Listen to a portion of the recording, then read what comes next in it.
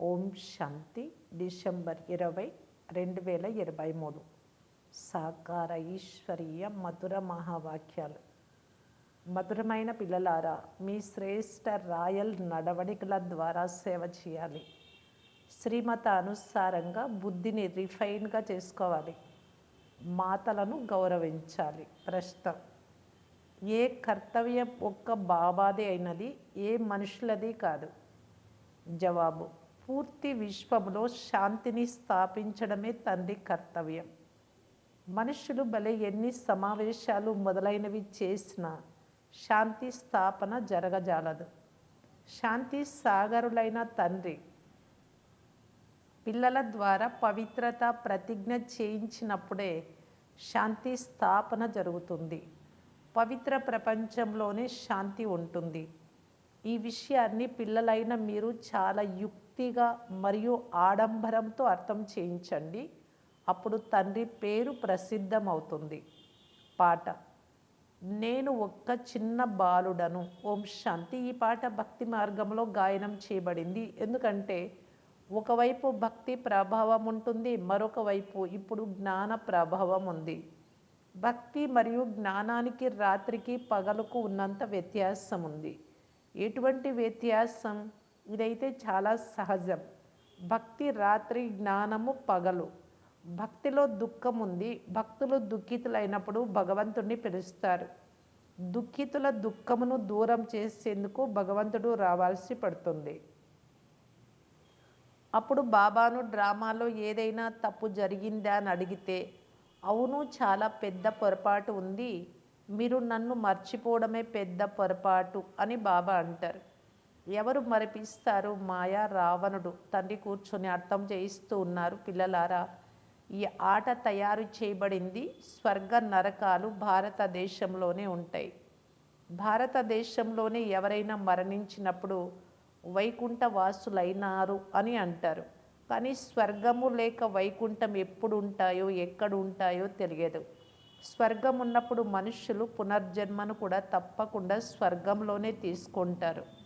ఇప్పుడైతే ఉండేది నరకం. స్వర్గ స్థాపన అయినంత వరకు మనుషులు పునర్జన్మలు కూడా నరకంలోనే తీసుకుంటారు. మనుషులకు ఈ విషయాలు తెలియవు. ఒకటి ఈశ్వరీయ లేక రామ సంప్రదాయం, రెండవది రావణ సంప్రదాయం. సత్య త్రేతాయుగాలలో రామ సంప్రదాయం ఉంటుంది. వారికి ఎటువంటి దుఃఖము ఉండదు. అశోక వాటికలో ఉంటారు. మళ్ళీ అర్ధకల్పం తర్వాత రావణ రాజ్యం ప్రారంభం అవుతుంది. ఇప్పుడు తండ్రి మళ్ళీ ఆది సనాతన దేవి దేవత ధర్మంను స్థాపన చేస్తున్నారు. అది సర్వోత్తమ ధర్మం. ధర్మంలో అనేకం ఉన్నాయి కదా.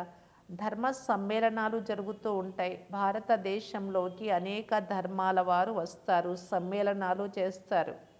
ఇప్పుడు ధర్మాన్ని విశ్వసించని భారతవాసులు ఎవరైతే తమ ధర్మమునే తెలుసుకోకుండా ఉన్నారో వారు ఏమి ధర్మ సమ్మేళనాలు చేస్తారు?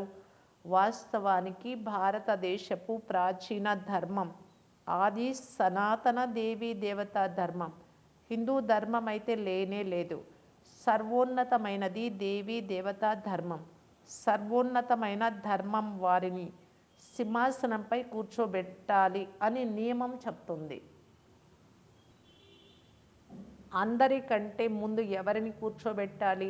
దీనిని గురించి కూడా వారు ఘర్షణ పడుతూ ఉంటారు. ఇలాగే ఒకసారి కుంభమేళాలో గొడవ జరిగింది. మొదట మా వాహన ఊరేగింపు వెళ్ళాలి అని వారు, లేదు మా వాహన ఊరేగింపు వెళ్ళాలి అని వీరు, అలా పోట్లాట మొదలైంది. సర్వశ్రేష్ఠ ధర్మం ఏదో పిల్లలు ఈ కాన్ఫరెన్స్లో అర్థం చేయించాలి. వారికి తెలియదు. ఆది సనాతన దేవి దేవత ధర్మమే అని తండ్రి చెప్తున్నారు. అది ఇప్పుడు ప్రాయలోపమైపోయింది. స్వయాన్ని హిందువులము అని చెప్పుకుంటూ ఉన్నారు. చైనాలో ఉన్నవారు మాది చైనా ధర్మము అని చెప్పుకోరు కదా. వారైతే ఎవరు ప్రసిద్ధమైన వ్యక్తిగా కనిపిస్తారో వారిని ముఖ్యస్థులుగా భావించి సింహాసనంపై కూర్చోబెడతారు. నియమానుసారం సమ్మేళనాలనైతే చేస్తూ ఉంటారు. సమ్మేళనాలకు చాలామంది రాలేరు. కేవలము ధర్మ పెద్దలకే నిమంత్రణ ఇవ్వడం జరుగుతుంది.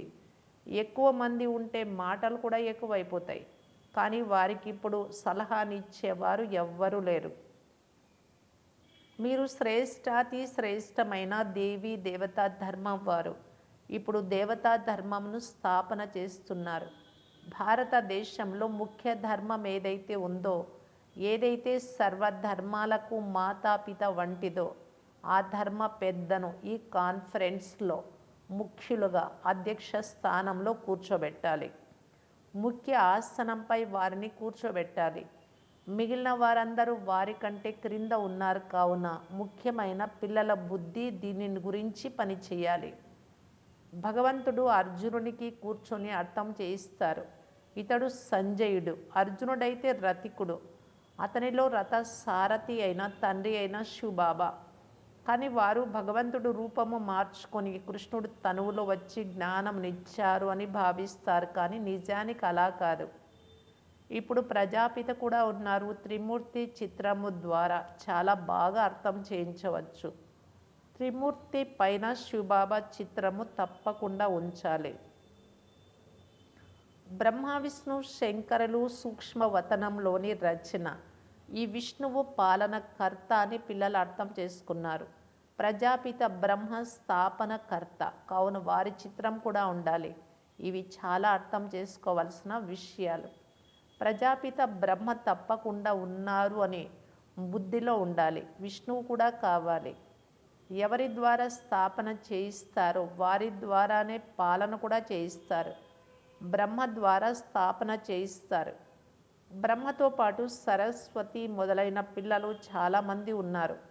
వాస్తవానికి వారు కూడా పతితుల నుండి పావనంగా అవుతున్నారు. కావున సమ్మేళనాలలో ఆది సనాతన దేవీ దేవత ధర్మపు పెద్దగా జగదంబ ఉండాలి. ఎందుకంటే మాతలకు చాలా గౌరవం ఉంటుంది. జగదంబకు చాలా పెద్ద మేళా జరుగుతుంది. ఆమె జగత్పిత పుత్రిక. ఇప్పుడు ఆది సనాతన దేవీ దేవత ధర్మ స్థాపన జరుగుతోంది. గీతా అధ్యాయము పునరావృతం అవుతోంది.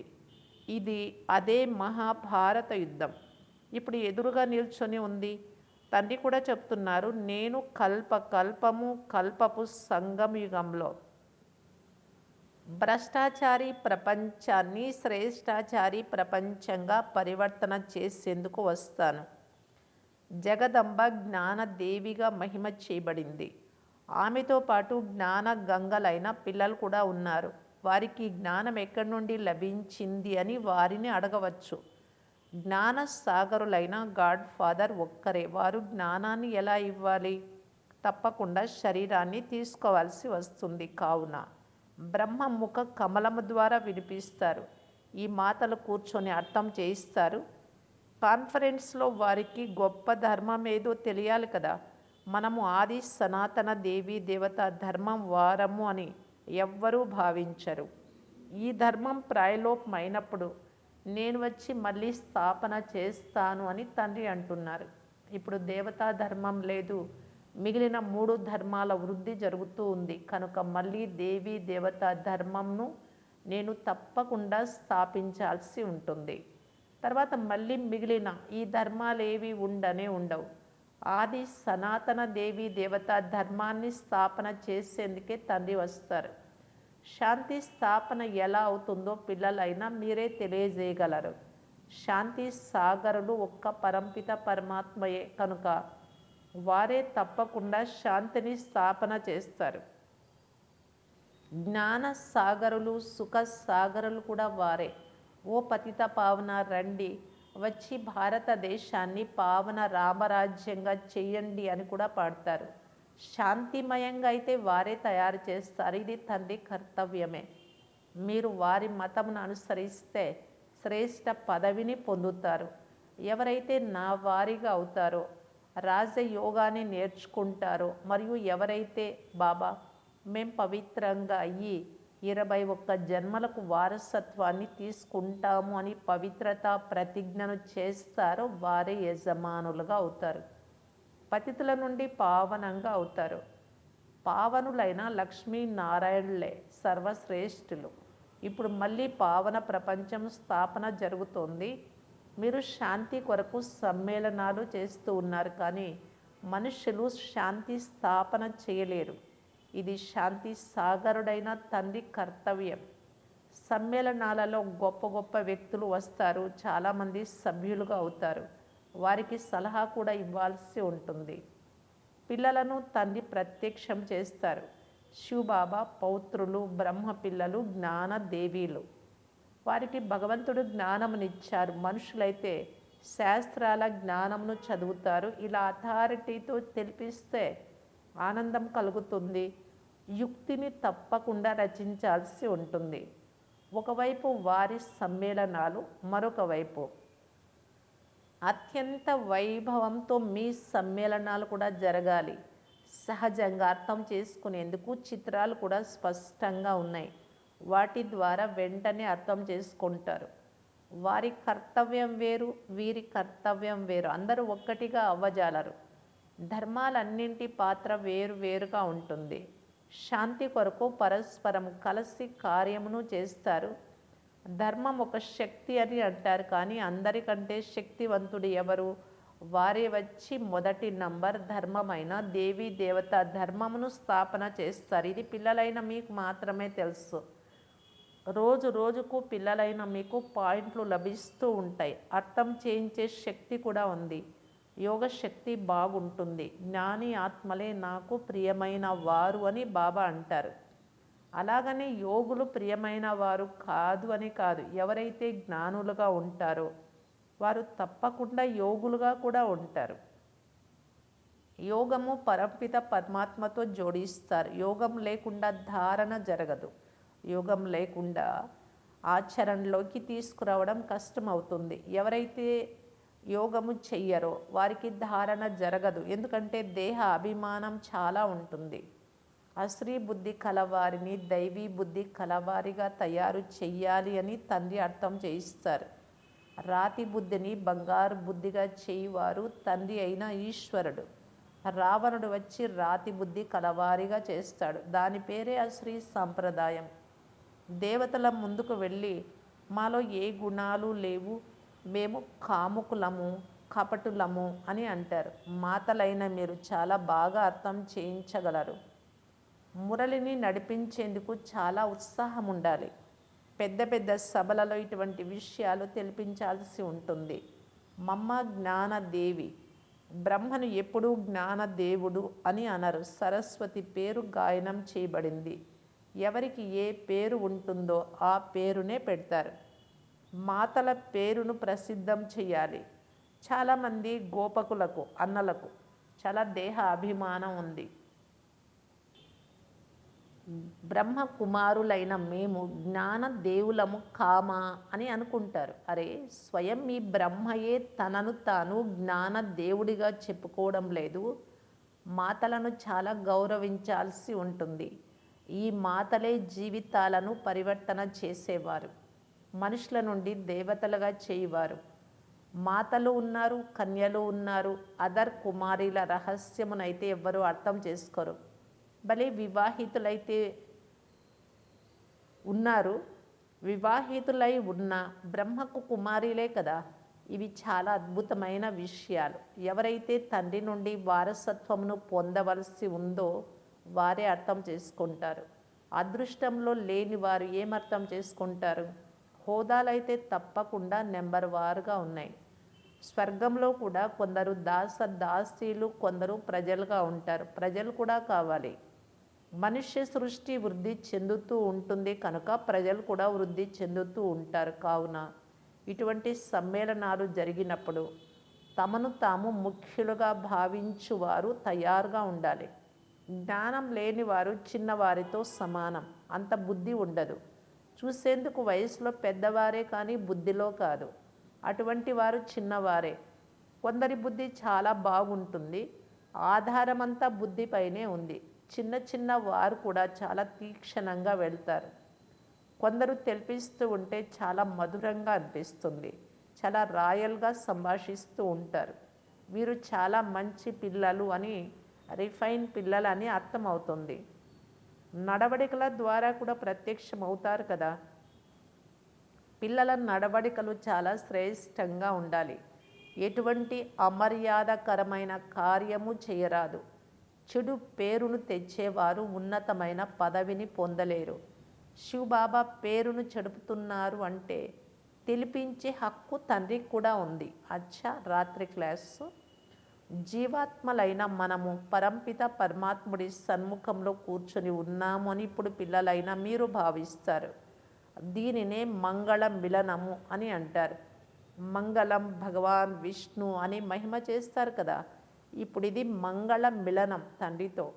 భగవంతుడు విష్ణు కులపు వారసత్వం ఇస్తారు. అందుకే వారిని మంగళం భగవాన్ విష్ణువు అని అంటారు. తండ్రి జీవాత్మలతో కలిసినప్పుడు ఇది చాలా సుందరంగా ఉంటుంది. ఇప్పుడు ఈశ్వరుడి నుండి మన వారసత్వాన్ని తీసుకునేందుకు ఈశ్వరీయ సంతానంగా అయ్యాము అని మీరు భావిస్తారు. ఈశ్వరీయ వారసత్వం తర్వాత దైవీ వారసత్వం లభిస్తుంది అని అంటే స్వర్గంలో పునర్జన్మ లభిస్తుంది అని పిల్లలకు తెలుసు. కావున పిల్లలలో ఖుషి పాదరసం మట్టం పైకి ఎక్కి ఉండాలి. మీ వంటి అదృష్టవంతులు లేక సౌభాగ్యశాలురైతే మరెవ్వరూ లేరు. ప్రపంచంలో బ్రాహ్మణ కులస్తులైన మీరు తప్ప మరెవ్వరూ భాగ్యశాలురుగా అవ్వజాలరు. విష్ణు కులము సెకండ్ నెంబర్ అవుతుంది. అది దైవీ ఒడి. ఇప్పుడు ఇది ఈశ్వరీయ ఒడి అంటే ఇది శ్రేష్టమైనది కదా. దిల్వాడా మందిరము అనగా ఈశ్వరీయ ఒడిలోని మందిరం. అంబ మందిరం కూడా ఉంది. అది సంగమ యుగ సాక్షాత్కారమును అంతగా చేయించదు. ఈ దిల్వాడా మందిరం సంగమ యుగమును సాక్షాత్కారం చేయిస్తుంది. పిల్లలు అర్థం చేసుకున్నంతగా ఇతర ఏ మానవ మాతృలు అర్థం చేసుకోలేరు. బ్రాహ్మణులైన మీకున్నంత జ్ఞానం దేవతలకు కూడా లేదు. పిల్లలకున్నంత తెలివి కూడా ఉండదు. మీరు సంగమయుగపు బ్రాహ్మణులు. వారు మిమ్ములనే బ్రాహ్మణుసో దేవత అని మహిమ చేస్తారు. బ్రాహ్మణులే దేవతలుగా అవుతారు అని అంటారు. అటువంటి బ్రాహ్మణులకు నమస్కారము. బ్రాహ్మణులే నరకాన్ని స్వర్గంగా తయారు చేసే సేవ చేస్తారు. అటువంటి పిల్లలకు నమస్కారం. మంచిది. Good night. మధురాతి మధురమైన అపురూపమైన పిల్లలకు మాతాపిత బాప్దాదాల ప్రియ స్మృతులు మరియు గుడ్ మార్నింగ్. ఆత్మిక పిల్లలకు ఆత్మిక తండ్రి నమస్తే. ధారణ కొరకు ముఖ్య సారం. ఫస్ట్ పాయింట్, తండ్రికి ప్రియమైన వారిగా అయ్యేందుకు జ్ఞానులుగా యోగులుగా అవ్వాలి. దేహ అభిమానంలోకి రాకూడదు. సెకండ్ పాయింట్, మురళిని నడిపించే ఉత్సాహం కలిగి ఉండాలి. తమ నడవడిక ద్వారా తండ్రిని ప్రత్యక్షం చేయాలి. చాలా మధురంగా మాట్లాడాలి. వరదానము, కర్మభోగాన్ని కర్మయోగంలోకి పరివర్తన చేసి సేవకు నిమిత్తంగా అయ్యే భాగ్యవాన్ భవ. శరీరం యొక్క లెక్కాచారము ఎప్పుడు కూడా ప్రాప్తి లేక పురుషార్థ మార్గంలో విఘ్నంగా అనుభవం కారాదు. శరీరం ఎప్పుడూ కూడా సేవ నుండి వంచితంగా చెయ్యరాదు. భాగ్యశాలి ఆత్మ కర్మభోగ సమయం అంటే అది అనారోగ్యం కానీ ఏదైనా పరిస్థితి వచ్చినప్పుడు కూడా ఏదో ఒక రకమైన సేవకు నిమిత్తంగానే అవుతుంది. కర్మభోగము చిన్నదైనా కావచ్చు, పరిస్థితి పెద్దదైనా కావచ్చు. ఆ కథను విస్తారం చేయకండి. దానిని వర్ణిస్తూ ఉన్నారు. నాకు ఇలాంటి పరిస్థితి వచ్చింది, నాకు అనారోగ్యం ఉంది, నాకు అది బాగలేదు, ఇది బాగలేదు, ఇలాగ వర్ణించడం అంటే ఆ సమయాన్ని మరియు శక్తిని వ్యర్థంగా పోగొట్టుకోవడమే వర్ణిస్తూ ఉన్నారంటే. యోగి జీవితం అంటే కర్మభోగాన్ని కర్మయోగంలోకి పరివర్తన చేసేయడం. ఇదే భాగ్యశాలి ఆత్మల గుర్తు. స్లోగన్, దృష్టిలో దయ మరియు శుభభావన ఉంటే అభిమానము మరియు అవమానాల దృష్టి సమాప్తమైపోతుంది. అవ్యక్త ఇషారా, సర్వ బంధనాల నుండి ముక్తి అయ్యి జీవన్ముక్తి స్థితిని అనుభవం చేయటానికి బాప్దాదా తెలియజేస్తూ ఉన్నారు. ఈ విశ్వము మీకు సేవా స్థానము కనుక సదా బేహద్దులో ఉండాలి. హద్దులోకి రాకండి. ఎంత బేహద్దు లక్ష్యం ఉంచుకుంటారో అంత హద్దు బంధనాల నుండి సహజంగా ముక్తులవుతూ వెళ్తారు. ఇప్పుడు ఏ సంకల్పాలు అయితే వస్తూ ఉంటాయో, సమయం లభించడం లేదు, చెయ్యాలి అని కోరిక ఉంది కానీ శరీరం నడవడం లేదు, శక్తి లేదు, ఇలాంటి ఆలోచనలన్నీ బంధనాలే. ఎప్పుడైతే దృఢ సంకల్పం చేస్తారో నేను బేహద్దులో ఉండి తీరాలి అనే లగన్ ఉంటే అన్ని బంధనాలు ఒక్క సెకండ్లో సమాప్తం కాగలవు. ఓం శాంతి.